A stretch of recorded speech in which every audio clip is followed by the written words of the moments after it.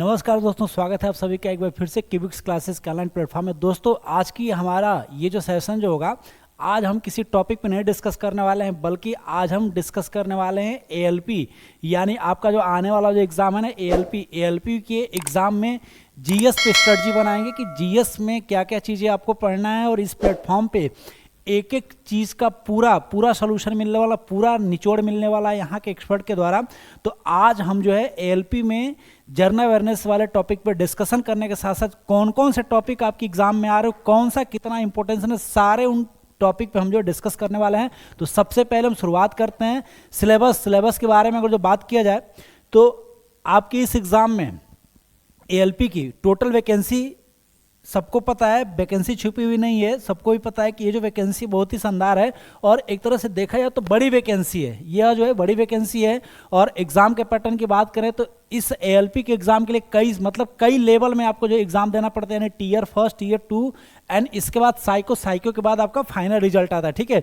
लेकिन इस वीडियो में जो हम सिर्फ जो डिस्कस करने वाले हैं आपका जो जनरल अवेयरनेस वाला जो सेगमेंट है। और इस एग्ज़ाम में देखा जाए तो ओवरऑल जो है जनरल अवेयरनेस से आपके एग्जाम में जो क्वेश्चन जो होंगे ना, कुल देखा जाए तो 35 के आसपास क्वेश्चन होंगे। कितने क्वेश्चन होंगे? 35 क्वेश्चन होंगे। और सबसे मजे की बात है कि इसमें साइंस कितना है तो 20 क्वेश्चन है, यानी कि इस 35 क्वेश्चन जनरल अवेयरनेस वाले सेक्शन में आपका जो 20 क्वेश्चन जो होगा ना, ये किसका होगा? साइंस का होगा, ठीक है। तो 20 क्वेश्चन के इस साइंस वाले सेक्शन पे पहले समझेंगे, इसके बाद बाकी के जो बचे इस क्वेश्चन पे भी हम लोग जो डिस्कस करेंगे। तो सबसे पहले आज की इस वीडियो में जो हम डिस्कस करने वाले हैं कि साइंस में क्या क्या चीजें पढ़ना है, मतलब कौन से टॉपिक आपको रखा गया है नोटिफिकेशन में। जैसे कि आपको भी पता है कि एएलपी के लिए ये क्लियरली उसमें बोला गया है कि 10th स्टैंडर्ड का साइंस होगा, लेकिन कहने के लिए 10th स्टैंडर्ड का साइंस है। साइंस की अगर जो बात करें तो टॉपिक तो सारे वही 10वीं लेवल के हैं, लेकिन क्वेश्चन की अगर जो बात करें तो इसका लेवल जो है थोड़ा सा आपको बढ़ा करके रखना होगा, क्योंकि आपको पहले टीयर 1 को क्वालिफाई करना है, इसके बाद फिर आप टीयर 2 के लिए जाते हैं। तो क्वेश्चन का लेवल भाई बना रहेगा। और इसमें जैसे ही अगर जो साइंस की हम बात करते हैं तो आपको भी पता है कि साइंस में 3 अलग अलग सब्जेक्ट को मिला करके बनाया गया, यानी साइंस जो होता है तो साइंस में किसी एक सब्जेक्ट को नहीं पढ़ना होता, साइंस में 3 अलग अलग सब्जेक्ट को मिला करके बनाया गया है। कौन सा है? तो एक जो सेक्शन होता है जो फिजिक्स का होता है, दूसरा जो सेक्शन होता है केमिस्ट्री का, देन बायोलॉजी का, और बायोलॉजी के साथ जो है एक चीज़ और चीज़ को इसमें ऐड कर लिया जाता है जो कि आपका इन्वायरमेंटल स्टडीज़ है। और बिल्कुल संदेह में नहीं रहना, आपके एग्जाम में बायोलॉजी और इन्वायरमेंट दोनों को मिक्स करके क्वेश्चन पूछे जाते हैं। तो क्या क्या होगा, क्या क्या एएलपी में साइंस के लिए आपको क्या क्या चीज़ें पढ़नी है ना, उसी पे डिस्कस करेंगे आज हम लोग। बने रहिए इस वीडियो के लास्ट तक। और क्यूबिक क्लासेस जो है सारे तरह के समस्याओं का निचोड़ लेकर के आपके सामने होगा। अभी इस प्लेटफॉर्म पे हम लोग जो है पूरा निःशुल्क में जो है पूरा आपका सिलेबस कवर कराने के साथ साथ जो है हम लोग प्रैक्टिस सेशन भी स्टार्ट करेंगे, जो कि एएलपी के एग्जाम के लिए बहुत ही महत्वपूर्ण होगा। और ये सारा चीज़ जो आपके एग्जाम से पहले ही हो जाना है, एकदम निश्चिंत रहिए। जो भी चीज़ें हम बता रहे हैं एग्जाम से पहले ही आपका पूरा सिलेबस कंप्लीट, और कुछ प्रैक्टिस भी हम कराएंगे, कुछ प्रैक्टिस पेपर भी, प्रीवियस ईयर कुछ पेपर भी सॉल्व कराएंगे। तो उम्मीद करते हैं कि आपको इस वैकेंसी में जीएस का मतलब समझ में आ गया होगा। और जीएस का अगर जो सेक्शन गया बढ़िया तो एग्जाम हो गया क्वालिफाई। जैसे कि आपको भी पता है कि अगर जो ये 35 क्वेश्चन में अगर जो आपने 25 क्वेश्चन भी कर लिया तो एग्जाम हो गया क्वालिफाई। क्योंकि आपको पता है कि बाकी का, यानी इस एग्जाम में जो कुल जो 75 क्वेश्चन आ रहे हैं इसमें से 35 किसके हो गए? तो इसमें से 35 हो गए जीएस के। बचे कितने? 40। और इस 40 में क्या है? मैथ और रीजनिंग। और रेलवे का जो टीयर 1 की बात करें तो मैथ और रीजनिंग का थोड़ा सा लेवल डाउन होता है, लेकिन जो आपको एफर्ट करना है, यानी इस एग्जाम को क्वालिफाई करने के लिए जो भी आपको एफर्ट करना है ना, टोटल स्ट्रेटजी किसके साथ बनाना है? तो जीएस वाले सेक्शन के साथ ही स्ट्रेटजी बनाना है। ये बढ़िया गया तो मैथ रीजनिंग भी अच्छा जाएगा, बिल्कुल अच्छा जाएगा। कारण क्या है कि इसका जो समय बचा रहेगा वो समय आप कहाँ पे करेंगे? तो इसको यूटिलाइज आपका कहाँ होगा? मैथ और रीजनिंग। क्योंकि आपको भी पता है कि मैथ और रीजनिंग जो होता है ना, थोड़ा सा क्या होता है, टाइम टेकन होता है। जो टाइम आप जीएस से बचाएंगे ले जा करके अगर जो उसको इंप्लीमेंट करेंगे मैथ और रीजनिंग में, तो ये एग्जाम आपका एकदम श्योर है कि ये एग्जाम आप टीयर 1 जो आराम से क्वालिफाई कर लेंगे। तो वहीं अगर हम बात करें वहीं बात करें साइंस की, तो कुल जो साइंस के जो 20 क्वेश्चंस हैं ना, साइंस के जो 20 क्वेश्चन है, तो सबका सेक्शन लगभग लगभग, भाई श्योर नहीं है कि नहीं यही होगा, लेकिन लगभग लगभग प्रीवियस ईयर पेपर को एनालिसिस करते हुए लगभग लगभग उसी तरह से इसको बनाया गया है कि किस सेक्शन से आपके एग्जाम में कौन कौन से क्वेश्चन आने वाले हैं, और टॉपिक भी हमने डिस्कस कर दिया है। तो सबसे पहले हम शुरुआत करते हैं फिजिक्स की। फिजिक्स की। तो फिजिक्स के बारे में आप लोग को भी पता है कि जितने सारे टॉपिक डिस्प्ले पे दिख रहे हैं, सारे टॉपिक जो है 10th स्टैंडर्ड के ही हैं, लेकिन क्वेश्चन का लेवल थोड़ा सा इसमें बड़ा रहेगा, यानी थ्योरी के साथ साथ आपको जो है न्यूमेरिकल पे भी फोकस करना है, क्योंकि आपको भी पता है कि अगर जो 5 से 7 क्वेश्चन फिजिक्स का रहेगा, तो ये मान के चलिए कि 50% न्यूमेरिकल और 50% आपका थ्योरी से रिलेटेड रहेंगे।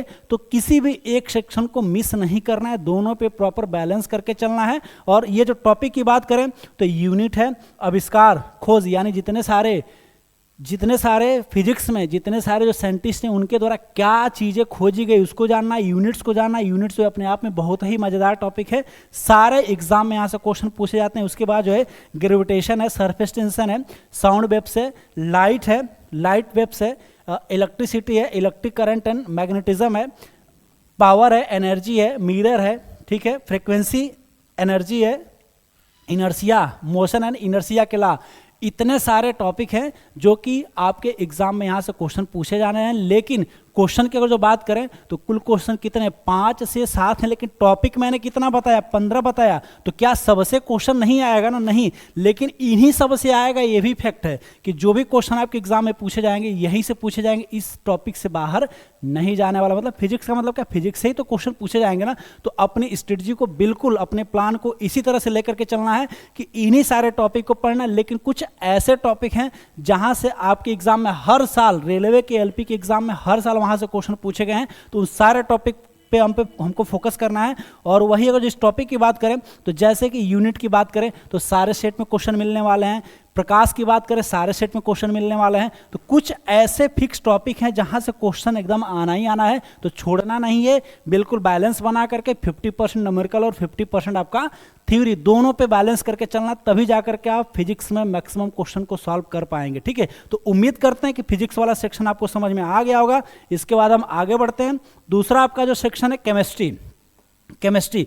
तो जितने सारे टॉपिक आपको डिस्प्ले पे दिखाई दे रहे हैं, इसमें भी देखा जाए तो लेवल क्या है, वही 5 से 7 क्वेश्चन। लेकिन ये क्वेश्चन जो है ना घट भी सकते हैं, बढ़ भी सकते हैं, क्योंकि रेलवे ने एक नया गेम खेलना स्टार्ट कर दिया। गेम क्या है, तो जिस सेक्शन से ज़्यादा क्वेश्चन करेगा बाकी 2 सेक्शन से क्वेश्चन कम कर देगा। बायोलॉजी से ज़्यादा करेगा तो केमिस्ट्री फिजिक्स से कम कर देगा, फिजिक्स से ज़्यादा करेगा तो केमिस्ट्री और बायोलॉजी से कम कर देगा। मतलब कोई ना कोई एक ऐसा सेक्शन होगा जिसमें नंबर ऑफ क्वेश्चन जो है मैक्सिमम होगा। तो इस चीज़ को भी ध्यान में रखना है।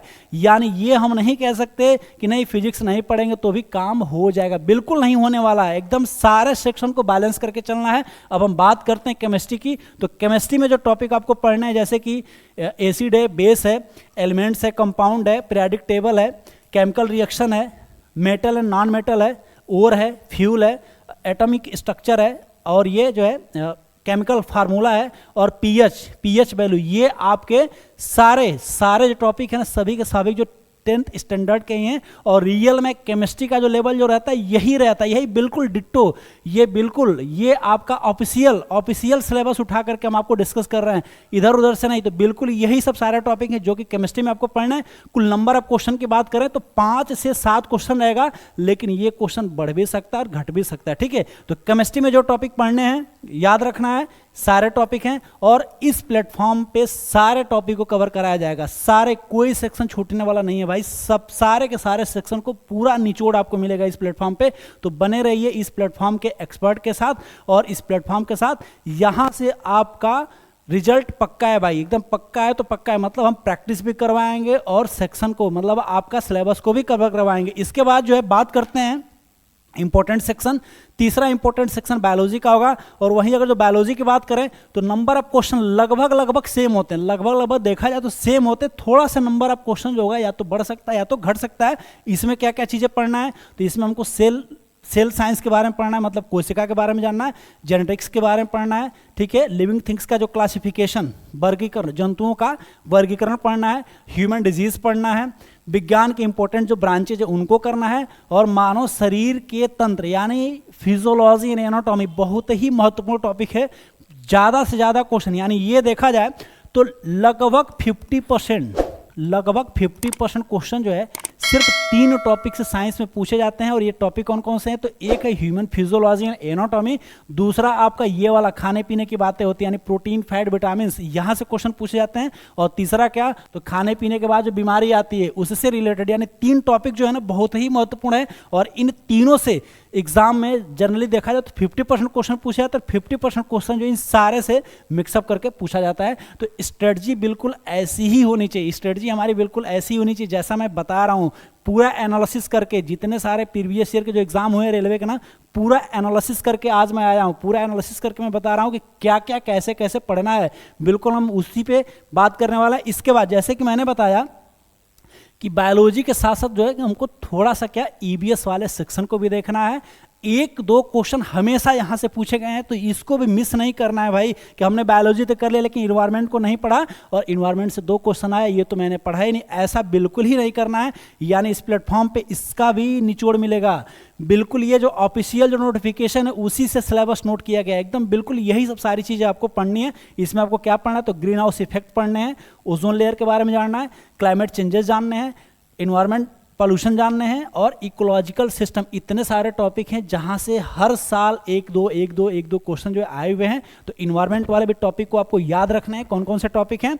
ग्रीन हाउस इफेक्ट है, ओजोन लेयर है, क्लाइमेट चेंजेस है, इन्वायरमेंट पॉल्यूशन वाले हैं, और इकोलॉजिकल सिस्टम वाले। इतने सारे टॉपिक हैं जो कि आपको इन्वायरमेंट में भी कवर करना है। तो ये तो हम लोगों ने बात कर लिया 20 क्वेश्चन का। 20 क्वेश्चन का पूरा निचोड़ इतने सारे टॉपिक को आपको करना है, और यहाँ से मैक्सिमम क्वेश्चन को आपको सही करना है। अगर जो सपोज करें कि ये वाला सेक्शन से आपने अगर जो 15+ कर लिया तो भाई साइंस का काम हो गया। 100% नहीं हो सकता, किसी से भी नहीं हो सकता, लेकिन 50+ कर लिया तो ये इस वाले सेक्शन से हमारा काम बन गया। अब अगले अगर जो बात करें तो अगला थोड़ा सा हम लोग जीएसपी स्ट्रेटजी बनाते हैं कि बाकी के 20 के बाद जो बाकी का जो आएगा उस पर कैसे हम प्लान करेंगे, उस पर भी हम डिस्कस कर लेते हैं। तो लो भाई ये भी आ गया करंट अफेयर से। करंट अफेयर से आपके 10 क्वेश्चन रहेंगे, और करंट अफेयर के साथ साथ इसमें कुछ ट्रेडिशनल टॉपिक को भी ऐड किया गया है। यानी इन दोनों को मिला करके इसको 10+5 कर लेते हैं, यानी 35 क्वेश्चन रहेंगे। यहाँ से आपके 35 क्वेश्चन आने के चांसेस है। कौन कौन से टॉपिक हैं? तो हम इसमें इंडिया और वर्ल्ड के बारे में पढ़ेंगे, लेटेस्ट जो इनको वो अपॉइंट है उसके बारे में पढ़ेंगे, और जितने सारे नेशनल और इंटरनेशनल समिट और जो ऑर्गेनाइजेशन है उनके बारे में जानेंगे। स्पोर्ट्स से रिलेटेड भी चीज़ों को कवर करके रखना है, दिवस और थीम को याद रखना है, ठीक है। और जितने सारे जो सैन्य अभ्यास हुए उनको भी याद करके रखना है, जितने सारे जो रिसर्च सेंटर हैं उनको जानना है। मतलब ओवरऑल देखा जाए तो यह आपका सेक्शन तो ज़्यादा है लेकिन नंबर ऑफ क्वेश्चन कम है भाई। तो हमको इसको भी एफर्ट करना है, और यहाँ से बहुत ज़्यादा उम्मीद नहीं करना है। यहाँ से सिर्फ कुछ नहीं 7 से 8 क्वेश्चन प्लस कर लेना है। 7 से 8 क्वेश्चन प्लस हुआ मतलब आपका काम बन गया। कुछ नहीं, हमको कितने क्वेश्चन चाहिए? सिर्फ 25 क्वेश्चन चाहिए। जीए वाले सेक्शन से कितना चाहिए? 25 क्वेश्चन, और आपका टीयर फर्स्ट क्वालिफाई। तो इसी तरह से स्ट्रेटजी बना करके एएलपी के जीएस को सॉल्व करना है, और बिल्कुल इसी तरह से फॉलो करना है जैसे मैंने अपना पूरा स्ट्रेटजी आपको बताया। तो बने रही इस प्लेटफॉर्म के साथ, और इसी तरह से पूरा इस टीम का सपोर्ट आपको मिलता रहेगा। प्रैक्टिस वाला जो लाएंगे तो उसमें सारे ऐसे क्वेश्चंस होंगे जो कि प्रीवियस ईयर के होंगे। तो आज की इस वीडियो में बहुत ही महत्वपूर्ण आप लोगों को इन्फॉर्मेशन दिया गया, बिल्कुल उसी तरह से इंप्लीमेंट करना है, और टीयर फर्स्ट क्वालिफाई करके फिर हम लोग अगले वीडियो में अगला जो स्ट्रेटजी जो बनाएंगे टीयर 2 के लिए बनाएंगे कि भाई अब टीयर फर्स्ट हुआ, टीयर 2 के लिए क्या करना है। तो ये वीडियो ज़्यादा से ज़्यादा जो है शेयर करें, सब्सक्राइब भी कर लें इस प्लेटफॉर्म पे नए हैं तो। और फिर से हम आएंगे इंपॉर्टेंट वीडियो के साथ। Thank for watching this session.